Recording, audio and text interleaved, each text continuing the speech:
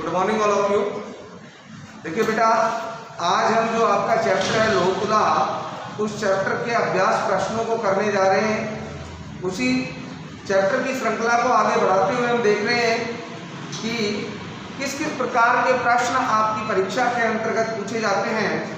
उन सभी प्रश्नों का जो कि पुस्तक से संबंधित है और आपकी व्याकरण से संबंधित है, उनका अध्ययन हम आज यहाँ करेंगे। तो देखते हैं सबसे पहले प्रश्न को, जिसका सबसे पहले पढ़ते हैं हम निर्देश। उस निर्देश के अंतर्गत दिया गया है एक पदेन उत्तरम लिखत। इसका मतलब है कि आपको जो उत्तर जो देना है वह सिर्फ एक पद में देना है। एक पद से तात्पर्य एक शब्द के अंतर्गत आपको देना है।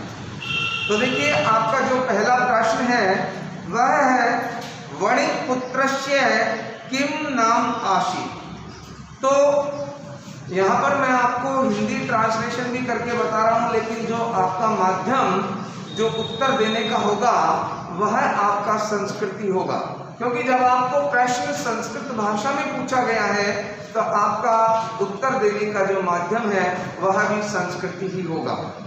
तो देखते हैं, वणिक पुत्रस्य किम नाम आसीत्। वणिक पुत्र का क्या नाम था, और आपको निर्देश पहले ही बताया है कि सिर्फ आपको उत्तर जो है वह एक पद के अंतर्गत देना है। तो यहाँ पर वणिक पुत्र का नाम क्या था? तो वणिक पुत्र का नाम था जीर्णधन। वणिक पुत्र का क्या नाम था? जीर्णधन। क्लियर? नेक्स्ट प्रश्न की बात करते हैं। प्रश्न 6, तुला कई भक्षिता आसीत्। तुला कई भक्षिता आसीत्, अर्थात तुला अर्थात तराजू को, कई अर्थात किसने, भक्षिता अर्थात भक्षण, आसीत् अर्थात किया था। अर्थात उस तराजू का भक्षण किसने किया था? तो आपने इस चैप्टर को बहुत अच्छे से पढ़ा है कि उसका भक्षण चूहों ने किया था। तो आपका एक पद के अंतर्गत जो उत्तर होगा वह होगा मूषकै। आपका उत्तर होगा मूषकै। तुला का भक्षण किसने किया था? मूषकों ने किया था, चूहों ने किया था। चलते हैं हमारे नेक्स्ट प्रश्न की ओर। प्रश्न 11, तुला कीदृशी आसीत्। यानी कि जो तुला थी, जो तराजू थी, वह कैसी थी या किससे बनी हुई थी? तो आपका जो आंसर सही होगा, किससे बनी हुई थी? लोह घटिता, अर्थात लोहे से बनी हुई थी। तो यहाँ पर आपका जो उत्तर होगा वह होगा लोह घटिता। लोहे से बनी हुई तराजू थी। तो आपका देखिए, पहला ख का उत्तर था जीर्णधन, ख का उत्तर है आपका मूषकै, और आपका ग का आंसर जो होगा वह होगा लोह घटिता। बात करते हैं हमारे नेक्स्ट प्रश्न की। प्रश्न 6 क्या कहता है? पुत्र केन हृतः इति जीर्णधने वदति। पुत्र का किसने अपहरण किया था, ऐसा जीर्णधन ने कहा। यानी कि किसने उस पुत्र का अपहरण किया था? तो शयेन अर्थात बाज ने उसका क्या किया था? अपहरण किया था। तो यहाँ पर जो आपका आंसर होगा वह होगा शयेन। नेक्स्ट, और इस श्रृंखला का जो एक पद के उत्तर के अंतर्गत आपका अंतिम जो प्रश्न है उसको हम देखते हैं। विवदमानौ तौ द्वा अपि कुत्र गतौ। विवदमानौ का तात्पर्य होता है विवाद करते हुए या झगड़ते हुए। तौ अर्थात वे दोनों, द्वा अपि दोनों ही, कुत्र गतौ कहाँ चले गए? तो वो गए थे राजकुल में गए थे। तो यहाँ आपका उत्तर होगा राजकुलम। तो देखिए, ये है आपके एक पद के सभी 5 प्रश्नों के उत्तर, जिनमें सबसे पहला जो आपका उत्तर है उसका नाम जीर्णधन था। तुला को किसने भक्षण किया था? मूषकों ने। तुला किसकी बनी हुई थी? लोह घटिता। बालक का या पुत्र का अपहरण किसने किया था? शयेन ने। और वो दोनों झगड़ते हुए कहाँ गए थे? राजकुल के अंतर्गत गए थे, राजकुल में गए थे। तो ये है आपके प्रश्न 1 के सभी प्रश्नों के उत्तर। अब बारी है हमारी प्रश्न नंबर 2 की। बात करते हैं प्रश्न नंबर 2 के अंतर्गत सबसे पहले क्या निर्देश यहाँ पर दिया गया है उसे हम देखते हैं। तो देखिए, अधोलिखिता नाम प्रश्नानाम उत्तराणि संस्कृत भाषा लिखत। इसका मतलब है कि अधोलिखित जो नीचे लिखे गए जो प्रश्न हैं उनके उत्तरों को आपको संस्कृत भाषा में लिखना है। देखिए, जो आपका पहला जो प्रश्न है उसके बारे में हम बात करते हैं कि पहले प्रश्न के अंतर्गत क्या पूछा गया है और किस तरीके से उसका आंसर होगा। देशांतरम गंतुम इच्छन् वणिक्पुत्र किम व्यचिन्त्य। देशांतरम अर्थात विदेश में या दूसरे देश में, गंतुम इच्छन् जाने की इच्छा वाले, वणिक्पुत्र उस व्यापारी के पुत्र ने, किम अर्थात क्या, व्यचिन्त्यत अर्थात विचार किया। कहने का तात्पर्य है कि दूसरे देश में या विदेश में जाने की इच्छा वाले उस वणिक्पुत्र ने जो है क्या विचार किया। तो आपका आंसर किस प्रकार से होगा ये देखते हैं हम प्रश्न 2 के क्या को। तो देखिए, यहाँ पर आपको लिखना होगा कि वणिक्पुत्र व्यचिन्त्यत, वणिक्पुत्र ने विचार किया, वणिक्पुत्र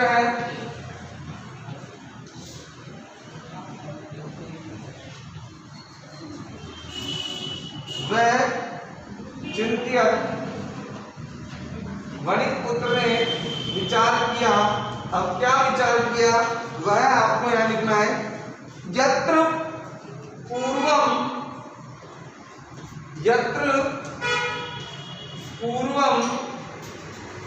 भोगा भुक्ता, यत्र पूर्वम भोगा भुक्ता तत्र विभवहीन, तत्र विभवहीन सन ने वसे, सन ने वसे। अर्थात वणिक्पुत्र व्यचिन्त्यत, वणिक्पुत्र ने विचार किया, यत्र पूर्वम भोगा भुक्ता, कि जिसने पूर्व में या जिसने पहले अपने भोगों को भोगा हो, अर्थात जिसने विलासिता का जीवन जिया हो या अपने जीवन को अच्छे से या सही ढंग से जिया हो, तत्र विभवहीन, वहां पर वैभवहीन हो जाने पर या वहां पर धन संपत्ति के नष्ट हो जाने पर सन ने बसे अर्थात नहीं रहना चाहिए। यानी कि जिस स्थान पर हमने बहुत अच्छे से अच्छे ढंग से या वैभवता के साथ में या संपन्नता के साथ में अपने जीवन को जिया है, यदि हम वैभवहीन हो गए हैं तो उस स्थान पर निवास नहीं करना चाहिए। क्लियर? ये है आपके प्रश्न के का आंसर। बात करते हैं हमारे नेक्स्ट प्रश्न की। सवतुलाम याचमानम जीर्णधने श्रेष्ठी किम एकत्य। सवतुला अर्थात अपनी तुला को याचमानम मांगने पर जीर्ण धनम श्रेष्ठी कीमत, जीर्ण धन ने से सेठ ने क्या कहा।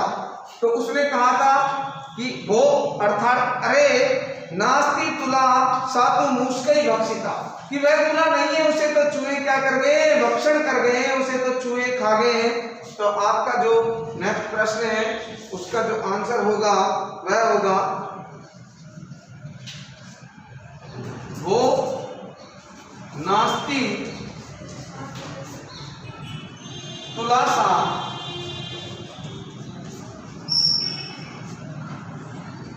तू मूषकई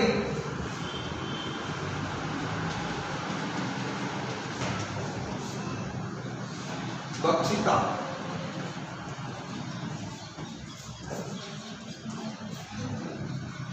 अरे वह तुला तो नहीं है, उसे तो चूहे भक्षण कर गए हैं।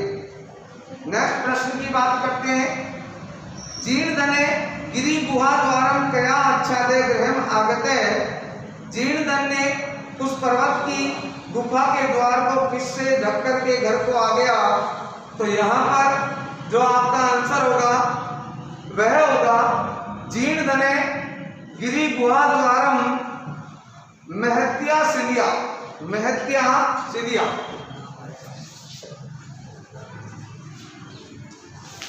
महत्या सिलिया ये आपका आंसर होगा। महत्या सिलिया आच्छादय, आच्छादय।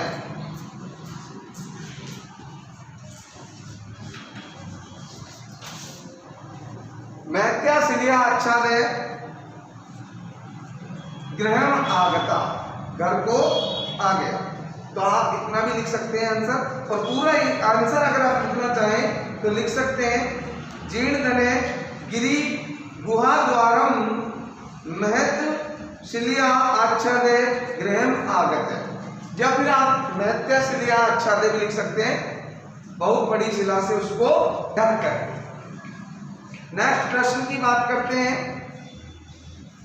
स्नानानंतरम पुत्र विषये पृष्ठे वणिक्पुत्रे श्रेष्ठिने किम अवदत्, यानी कि स्नान के बाद में पुत्र के विषय में पूछने पर वणिक्पुत्र उस वणिक के पुत्र ने श्रेष्ठिनम किम अवदत् क्या कहा। तो यहाँ पर नेक्स्ट जो हमारा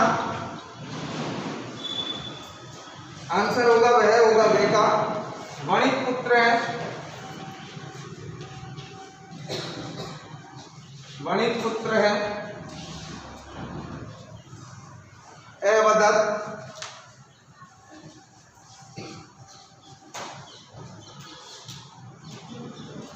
वो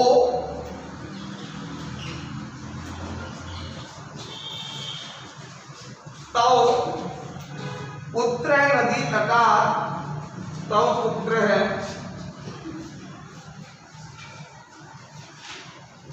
नदी तटात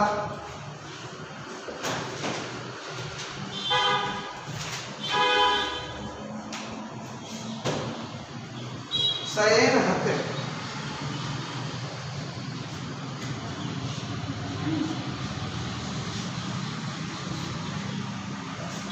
वणिक्पुत्र अवदत् भो तव पुत्र नदी तटात शयन कृत है, अर्थात वणिक्पुत्र ने कहा अरे तुम्हारे पुत्र को नदी के तट पर से बाज जो है वह अपहरण करके ले गया। ठीक है, और ये आपका अंतिम जो प्रश्न है वह है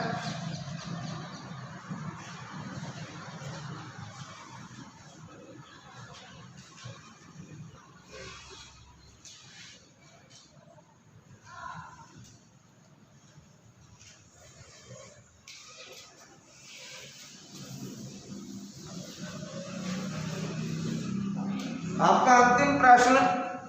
धर्माधिकारिणे जीर्णधन श्रेष्ठिनौ कथम तोषितवन्त।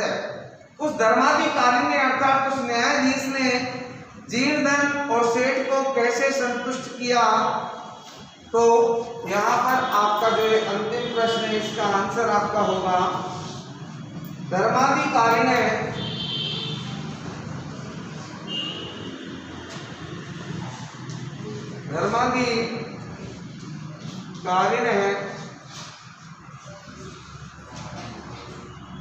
तौ परस्परम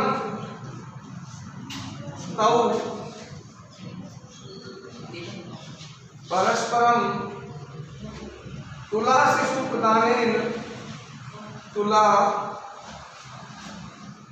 प्रदानेन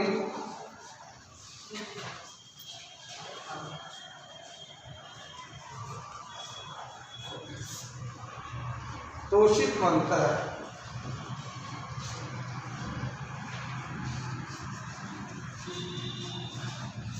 यानी कि उसने कैसे संतुष्ट किया। धर्माधिकारी ने उन दोनों को आपस में तुला और बालक को प्रदान करके उनको संतुष्ट किया कि उसने उसको उसका पुत्र लौटा दिया और उसने उसको लोहे से बनी हुई जो तराजू थी उसको लौटा दिया। तो ये थे आपके प्रश्न नंबर 2 के सभी प्रश्न। अब बारी है प्रश्न नंबर 3 की।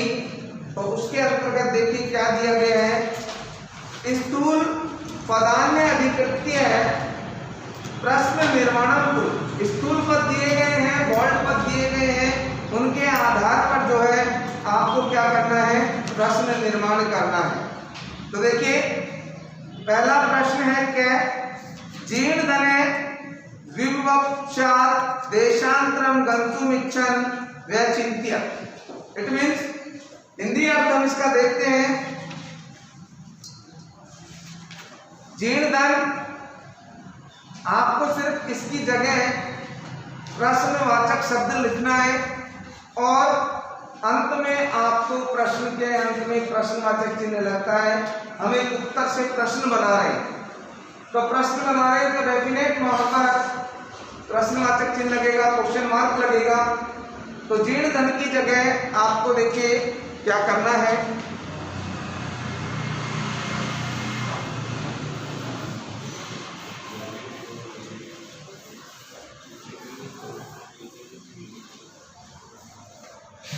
यहां पर कै के अंतर्गत आपको सबसे पहले इसमें क्या लिखना है। जीर्णधन की जगह आपको क्या लिखना है, क्या लिखना है। और उसके बाद जैसा आपके प्रश्न में दिया गया है वैसा ही लिखना है। क्या है, विवक्षात् देशांतरम गंतुम इच्छन व्यचिन्त्य। और व्यचिन्त्य के बाद में प्रश्नवाचक चिन्ह लगा दें। ख के अंतर्गत ये अभ्यागतेन जो दिया गया है, इस अभ्यागतेन की जगह आपको लिखना है केन। अभ्यागतेन की जगह क्या लिखना है आपको, केन लिखना है। क्लियर। तो आपका प्रश्न बनाएंगे तो बनेगा, श्रेष्ठिने शिशु स्नानोपकरणम आदाय। इस अभ्यागतेन की जगह केन लिखेंगे, सह प्रस्थित है और प्रस्थित के बाद में प्रश्नवाचक चिन्ह लगाएंगे। उसके बाद जो गे है इसमें वृक्ष छिलिया दिया गया है, इसकी जगह आपको लिखना है कया। क्या लिखेंगे, कया। तो आपका प्रश्न बनेगा, वणिक गिरि गुहाम कया आच्छादितवान। और लास्ट में प्रश्नवाचक चिन्ह। नेक्स्ट उसके बाद में आपका जो घ है अंतिम, तुला शिशु प्रदानेन, इसकी जगह आप लिखेंगे कथम। इसकी जगह आपको लिखना है कथम। तो आपका प्रश्न बनेगा, सभ्यै तौ परस्परम संबोध्य कथम संतोषितौ। और अंत में प्रश्नवाचक चिन्ह। क्लियर। बात करते देखिए आपका प्रश्न नंबर 4 जो है वह आपको नहीं करना है। बात करते हैं प्रश्न नंबर 5 की। तो जानते हैं सबसे पहले इसके निर्देशकों की, इसमें निर्देश क्या है। देखिए इसमें निर्देश दिया गया है, लेप प्रत्यय नास्ति। कुछ शब्द नीचे दिए गए हैं, पद नीचे दिए गए हैं और उसने पूछा है कि इसके अंतर्गत लेप प्रत्यय कौन से वाले शब्द में नहीं है। एक विहस्य बिल्कुल सही है, इसमें लेप प्रत्यय है, हस धातु है, इसके अंतर्गत भी उपसर्ग है और ये लगा हुआ है लेप प्रत्यय है। लो शस्त्रस्य संबोध्य में भी है, आदाय में भी है, इसमें आप लो शस्त्रस्य है, इसमें लेप प्रत्यय नहीं है। क्या इसमें नहीं है, लो शस्त्रस्य में नहीं है। नेक्स्ट खेमे उसमें दिया गया है कि यत्र द्वितीय विभक्ति नास्ति। निम्न पदों में से द्वितीय विभक्ति किसमें नहीं है, इसमें सत्वरम, इसमें द्वितीय विभक्ति नहीं है। श्रेष्ठिनम, स्नानोपकरणम और कार्य कारणम के अंतर्गत द्वितीय विभक्ति का प्रयोग किया गया है। नेक्स्ट गे के अंतर्गत पूछा, यत्र षष्ठी विभक्ति नास्ति। षष्ठी विभक्ति सब वीर्यत है, जो शब्द दिया गया है इसमें षष्ठी विभक्ति नहीं है, पश्यत है, श्रेष्ठिन है और सभ्या नाम के अंतर्गत षष्ठी विभक्ति का प्रयोग किया गया है। क्लियर। बात करते हैं प्रश्न नंबर 6 की। तो इसके अंतर्गत जो दिया गया है वह दिया गया है कि संधिना संधि विच्छेदम व रिक्त स्थानानि पूर्य। या तो संधि युक्त पद आपको दिया गया है, आपको संधि विच्छेद करना है, उसमें भी एक पद आपको भरा हुआ है, दूसरा पद आपको करना है। नेक्स्ट उसके बाद में या फिर संधि विच्छेद दिया है, आपको एक पद बनाना है। तो देखिए यहाँ पर श्रेष्ठ या आहा, तो इसमें आहा दिया हुआ है, फर्स्ट में जो रिक्त स्थान है उसमें आएगा श्रेष्ठी। क्या आएगा? श्रेष्ठी उसके अंतर्गत आएगा। नेक्स्ट दो प्लस अपी दिया है, संधि युक्त पद बनाना है, तो इसका जो संधि युक्त पद बनेगा वह बनेगा द्वावपी। क्या बनेगा? द्वावपी। नेक्स्ट पुरुषोपार्जिता में पुरुष दिया है, दूसरा पद लिखना है, दूसरा पद बनेगा उपार्जिता। उपार्जिता। नेक्स्ट जो है यथा प्लस इच्छा दिया गया है, आपको संधि युक्त पद बनाना है, यहां बनेगा यथेच्छा।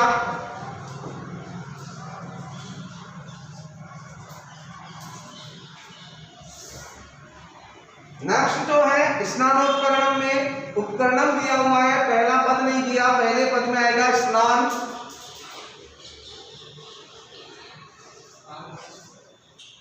नेक्स्ट जो है आपको संधि विच्छेद दिया हुआ है, एक पद बनाना है, स्नान प्लस अर्थम दिया है, स्नानार्थम बनेगा, यहां बनेगा स्नानार्थम।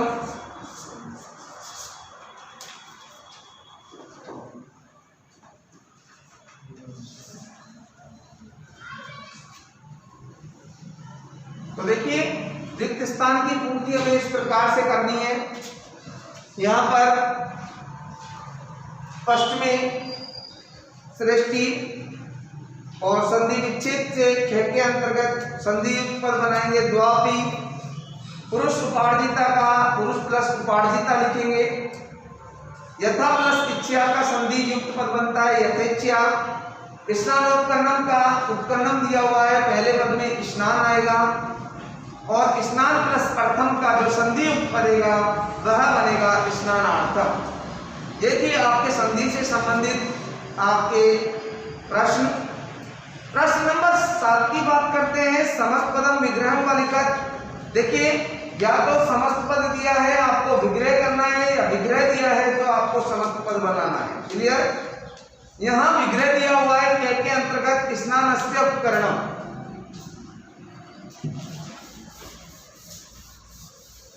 क्या है? स्नानस्य उपकरणम, तो आपको समस्त पद बनाना है, बनाएगा स्नानोपकरणम। स्नानोपकरणम।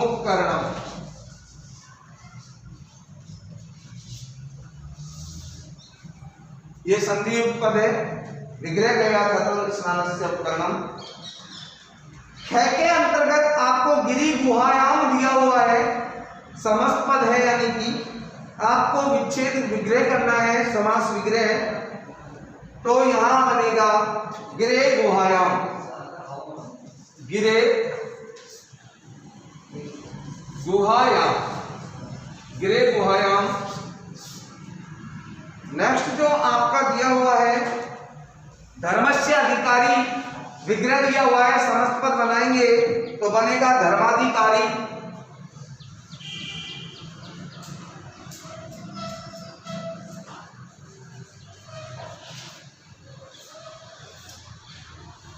नेक्स्ट आपके विभव हीना, समस्त पद दिया है, विग्रह करेंगे विभवेन हीना। क्या बनेगा? विभवेन